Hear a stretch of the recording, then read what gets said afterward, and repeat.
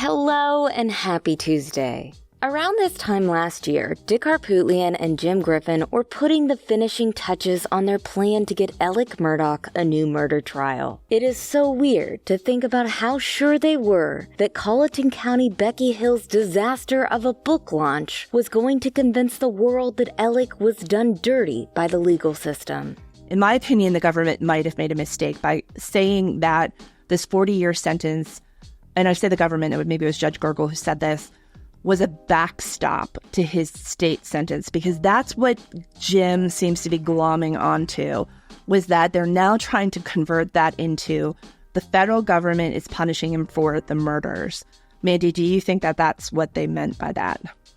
The backstop? No. The backstop is that he's going to be in prison for the rest of his life, separate from the murderer crime. I think that that's what it means. What did you think, Eric?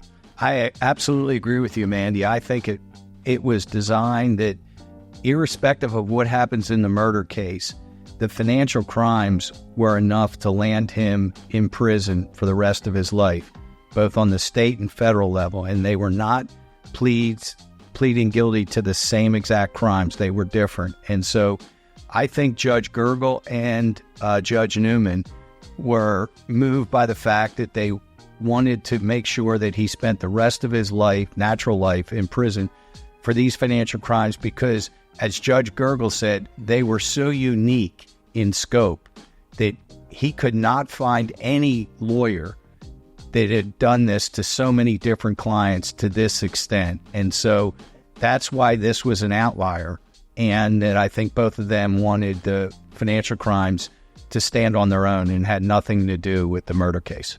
This past week, the federal government filed its response to Alex's motion to have his 40-year sentence overturned. You know, the sentence he got after striking a plea deal with the U.S. Attorney's Office. There is no way the U.S. Circuit Court of Appeals is going to find a reason to overturn Alex's sentence. Does it hurt Alex's argument? So if he comes back and says ineffective assistance of counsel, he now has years and possibly hundreds of filings that these guys have done on his behalf.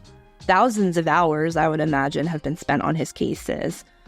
It's like this, okay? Like if you're standing in line at a long line in an ice cream shop and you get to the front of the line and you're upset that it took too long, you knew at each step while you were waiting in the line that the time was increasing.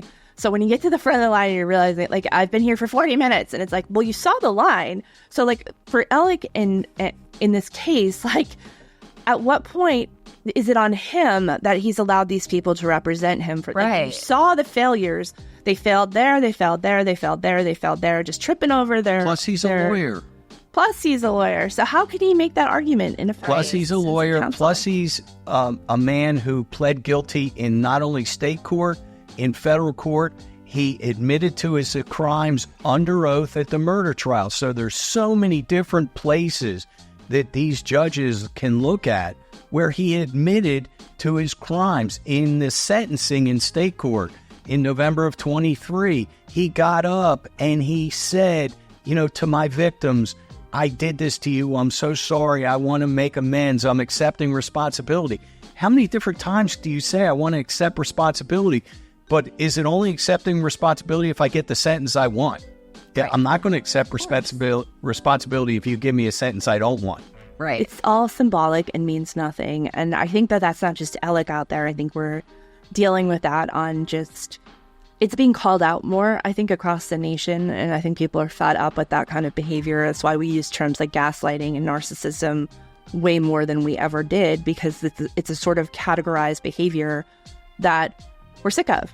We're sick of you just being able to say, I'm sorry, and then doing no other action to support that. You can't just say things and make them true. Also on the show, we talk about the amazing, transparent, and informative report issued by the Colorado Bureau of Investigations, which had been enlisted to investigate the police raid on journalists in Marion, Kansas. I have never been more proud of my home state for showing the world what transparency in government could look like.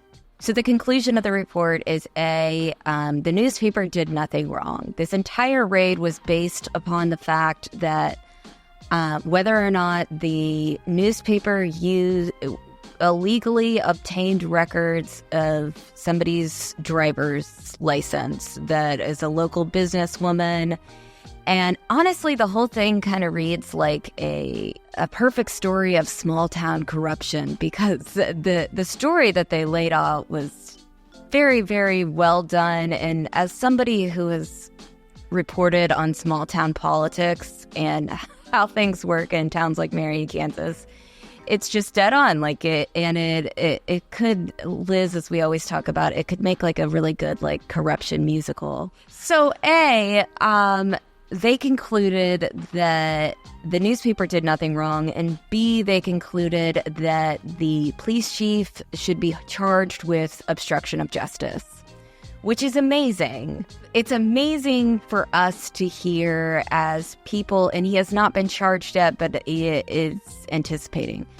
But even that, he will be charged with obstruction of justice, is a big deal for those of us who have been following the Murdaugh case. And it should be a civil rights violation. Should the federal it should government, be more. Right? The federal government the Justice Department should be bringing federal civil rights charges.